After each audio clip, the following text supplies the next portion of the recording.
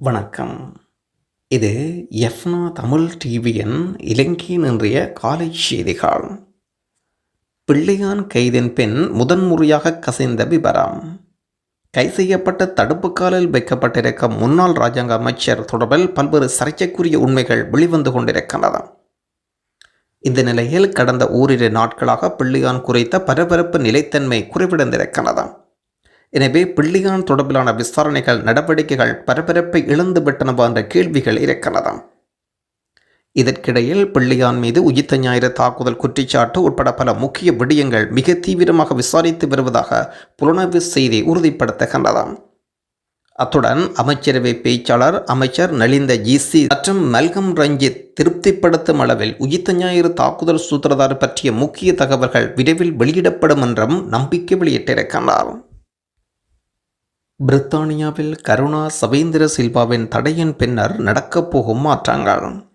முன்னாள் போராளியான கருணா நாட்டின் முன்னாள் பாதுகாப்பு பிரதானிகளுக்கு தடை விதிப்பதாக பிரித்தானியா அறிவித்திருக்கிறது.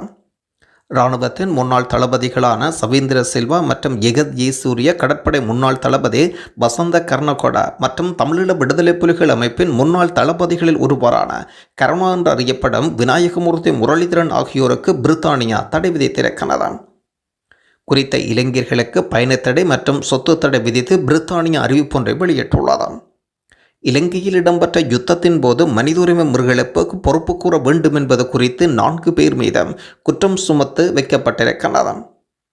இந்த நிலையில் இந்த தடைக்கு பின்னணியில் முக்கிய அம்சங்கள், இந்த தடையின் பின்னால் பிரித்தானியாவில் இடம்பெற இருக்கும் மாற்றங்கள் குறித்து சில விடயங்கள் வெளிச்சத்துக்கு வந்திருக்கின்றன. பேருளவியில் நடைபெற்ற தேசிய மக்கள் சக்தியின் வெற்றி நமதே ஊர் எமதே மக்கள் கூட்டத்தில் ஜனாதிபதி அனுர்குமார் திசாநாயக்கா பங்கேற்றிருப்பதையும் கலந்து கொண்ட மக்களில் ஒரு தொகுதியினரையும் படங்களில் காண்கின்றீர்கள். பள்ளிவாசல்கள் திறந்தமைக்கு பிரதமர் மனதார பாராட்டு. வரலாற்றில் முதல் தடவை என்றும் புகழாரம்.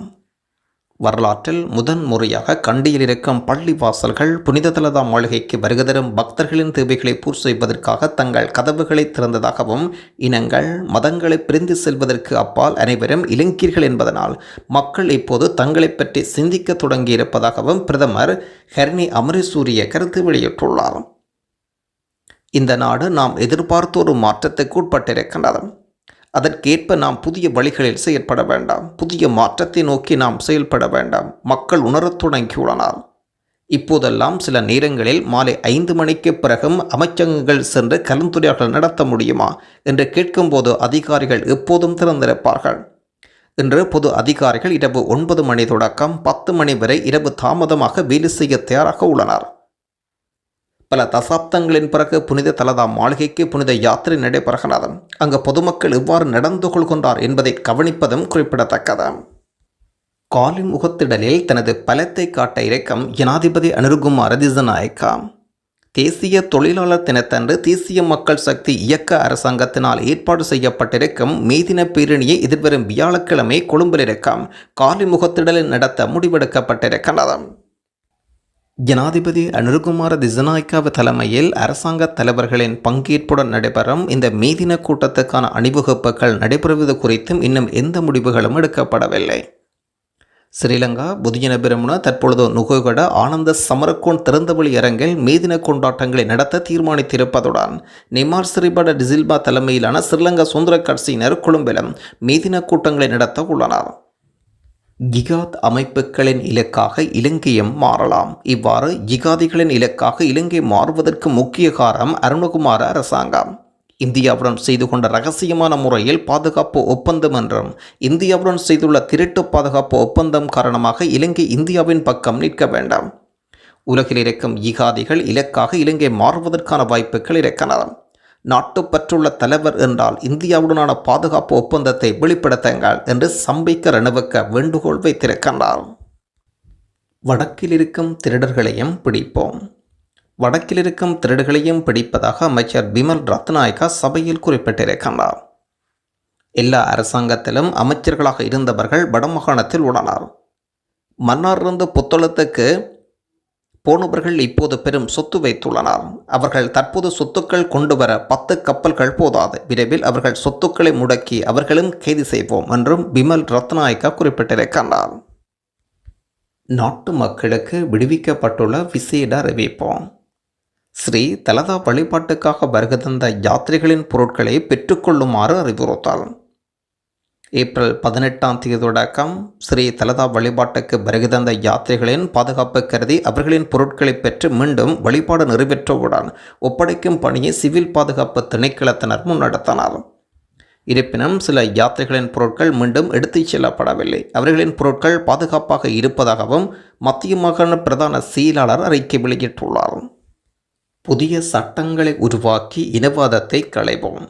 நாட்டில் புதிய சட்டங்களை உருவாக்கி இனவாதத்தை களைவோம் என்றும் ஜனாதிபதி அனுர்குமார் திசாநாயக்க அறிவிக்கின்றார். திசவிகார பிரச்சினை இருப்பது இனவாதம். இந்த பிரச்சினையை தீர்க்க முடியும். தற்பொழுதுள்ள சட்டங்கள் இனவாதத்தை ஒழிக்க போதாது. சட்டங்கள் புதிதாக உருவாக்க வேண்டும். எமது பரம்பரை யுத்தம் செய்தது. ஆனால் அடுத்த பிள்ளைகள் பரம்பரைக்கு அதனை விட மாட்டோம். பிரிவினைவாத அரசியல் முடிவுக்கு வந்தது. இழந்த ஒற்றுமையை நிச்சயம் கட்டி எழுப்புவோம். இனவாதத்தை இல்லாமல் செய்த தேசிய ஒற்றுமையை வளர்ப்போம். தற்பொழுது போர் முடிந்து 16 வருடங்கள் கழிந்திருக்கிறது. இன்னும் அதன் மிச்ச சொற்பங்கள் இருக்கின்றன. யாழில் திசவிகாரை தொடர்பாக ஒரு பிரச்சனை இருக்கிறது. அது என்ன பிரச்சனை? அந்த காணி உரிமையாளர் பன்சலையின் பிக்குமாருக்கு அந்த பிரச்சனையை தீர்க்க இடமளித்தால் அவர் தீர்த்து கொள்வார்கள். தீர்க்க இடமளிக்காமல் இருப்பது அரசியல். அவர்களுக்கு தேவை இதனூடாக இனவாதத்தை தூண்டுவது. இதன் காரணமாகவே தீர்க்க முடியாமல் இருக்கிறது. வடக்கின் தோல்வி கண்ட அரசியல்வாதிகள் அடுத்த இடத்தில் ஒரு முருகல் நிலையை ஏற்படுத்த முனைகின்றனர். தென்பகுதியில் தோல்வி கண்ட அரசியல் தலைவர்கள் அங்கே ஒரு முரண்பாட்டை ஏற்படுத்த முனைகின்றனர். நாங்கள் காணி உரிமையாளர்கள் பிக்குமார்கள் இடையில் இணக்கப்பாட்டை ஏற்படுத்துவோம். இந்த பிரச்சனையை தீர்க்க முடியும். தற்பொழுதுள்ள சட்டங்கள் இனவாதத்தை ஒழிக்கப் போதாது. சட்டங்கள் புதிதாக உருவாக்கப்பட வேண்டும் என்றும் கருத்து வெளியிட்டிருக்கின்றார் அனுர்குமார் திசாநாயக்க. நவம்பர் மாத இறுதியில் இலங்கையின் பொருளாதாரம் வீழ்ச்சியடையும். எதிர்வரும் நவம்பர் மாதமளவில் இலங்கையின் பொருளாதாரம் வீழ்ச்சியடையும் என்றும் ஐக்கிய தேசிய கட்சியின் தவிசாளர் அபிய குணவர்த்தன செய்தி வெளியிட்டுள்ளார். நவம்பர் மாதமளவில் இலங்கையின் பொருளாதாரம் மீண்டும் வீழ்ச்சி பெறும் என்றும் தற்போதைய நாடு பயணிக்கும் திசை கொண்டு எனது பொருளாதார அறிவை கொண்டும் எனது உறுதியாக சொல்ல முடியும் என்றும் சொல்கின்றார். இதே நேரம் நாடாளுமன்ற உறுப்பினர் பதவி இருந்தாலும் இல்லாவிட்டாலும் நாடு சிக்கலான நிலைமை என்றாலும் முகம் கொடுக்கும் போது அதிலிருந்து பொதுமக்களை பாதுகாப்பதற்கான செயற்பாடுகளை முன்னெடுப்பதற்கு ஒருபோதும் தயங்க மாட்டேன் என்றும் வஜீர அபிவர்த்தன கருத்து வெளியிட்டுள்ளார். இலங்கையில் தங்கத்தின் விலைகள் சடுதியாக உயர்வோம். தங்கத்தின் விலைகள் கடுமையாக உயர்ந்துள்ள காரணத்தினால் தங்கள் தொழில்கள் பாதிக்கப்பட்டிருப்பதாக நகை வியாபாரிகள் கவலை வெளியிட்டுள்ளனர். 24 கரட் ஒரு பவுன் தங்கத்தின் விலை 2,68,000 ரூபாய். 22 கரட் தங்கத்தின் ஒரு பவுனின் விலை 2,48,000 ரூபாய். இதன் காரணமாக தங்கள் வாடிக்கையாளர்கள் தங்கள் நகைகளை வாங்குவதில் ஆர்வம் காட்டவில்லை என்று தங்க வியாபாரிகள் கவலை வெளியிட்டுள்ளனர். நன்றி.